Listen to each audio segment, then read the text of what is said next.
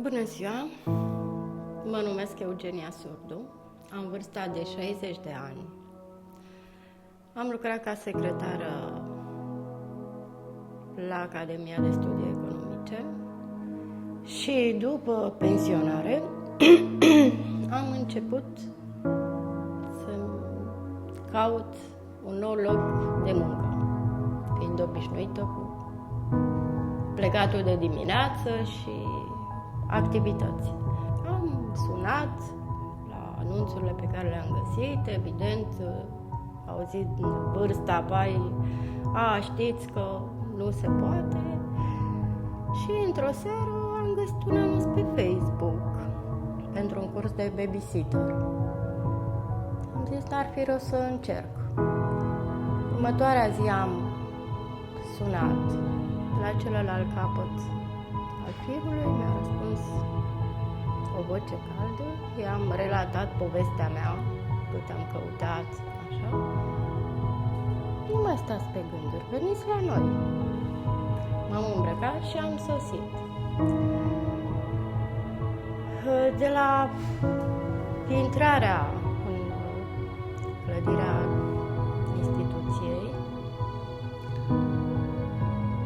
am simțit că este primitoare, am simțit căldura.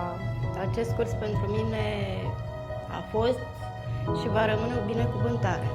La vârsta mea am început din nou să mă joc, să simt bucuria jocului. Am învățat multe lucruri despre creșterea și dezvoltarea copilului. Chiar ne-am simțit jenate la un moment dat, jenată, nu este cuvântul chiar potrivit, dar nu se asemăna cu educația pe care am dat-o noi copiilor noștri, cu ceea ce am învățat acum. Începând de la îmbăiat, la îngrijire, la alimentația copilului, la psihologia copilului. Am venit la cursul acesta pentru a găsi mult mai ușor un loc de muncă. Acest curs a adus o mare schimbare în viața mea personală.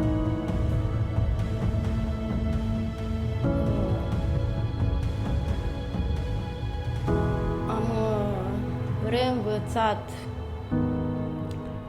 să mă cunosc, să mă respect, să mă admir mai mult. Am învățat mai mult să transmit empatia față de copil, față de aproapele meu.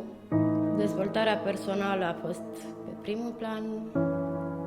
Formatorii pe care am avut de excepție,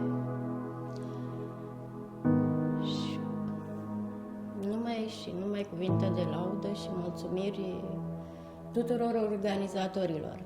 Recomand acest curs de babysitter, singurul curs unde totul s-a desfășurat, puțin spus, ca la carte, nu există